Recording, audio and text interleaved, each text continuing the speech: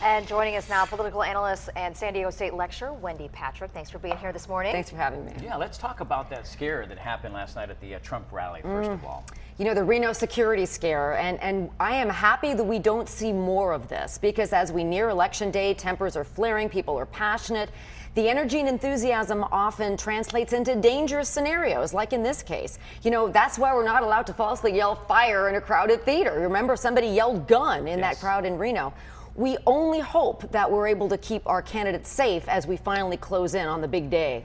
And let's talk about your predictions, Wendy. You know, so many people are anxious, stressed out about this election, and the polls just tightening overnight, changing so quickly. Robert and Vanessa, I don't think we have seen polls that have moved as fast as these polls have moved, like you say, almost overnight. You know, obviously, Trump is filled with momentum, but not math. He has to do a major poll vault, if you will, similar to what he did after the Republican convention in order to win. Some people think he can do that.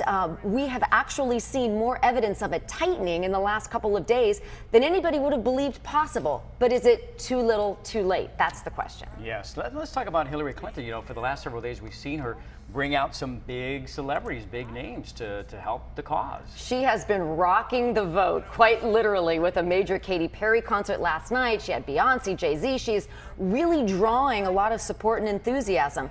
But do people that attend free concerts translate into voters? That's what she's going to have to worry about. But still, the energy and enthusiasm is there, and that's what she's going to need to ride that out towards, I don't even want to say Election Day, because over 33 million Americans as of Friday already voted. Yeah, and there's certainly an appeal for younger voters with all these celebrities coming out. Absolutely. It's kind of like the Bernie Sanders rallies that felt like rock concerts. Mrs. Clinton is having real rock concerts to get out the vote. And you were mentioning earlier that kind of plays on people's emotions. Emotion over logic. That is one of the things that drives many voters. You know, it's like the old statistic that say likability is electability.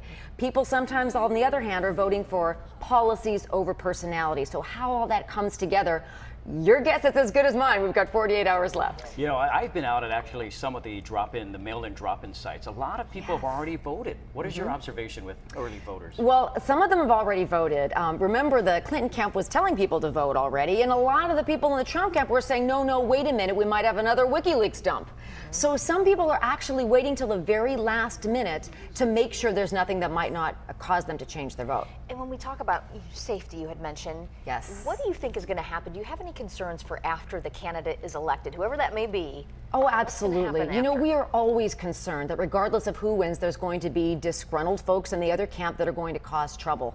So we're all on high alert. People are even on high alert, as they should be, when they go to the ballot box. You know, this is an election cycle where people are choosing not to mail in their ballots, but they want to take advantage of the full experience of actually going to the polling place, hopefully not waiting in line too long.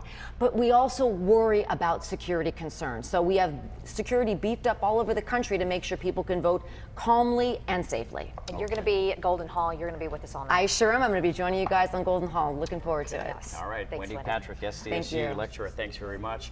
On election night, tune in to 10 News and ABC News for the most comprehensive non-stop coverage. It begins at 4 p.m., then join us at 8 p.m. for a 10 News election special.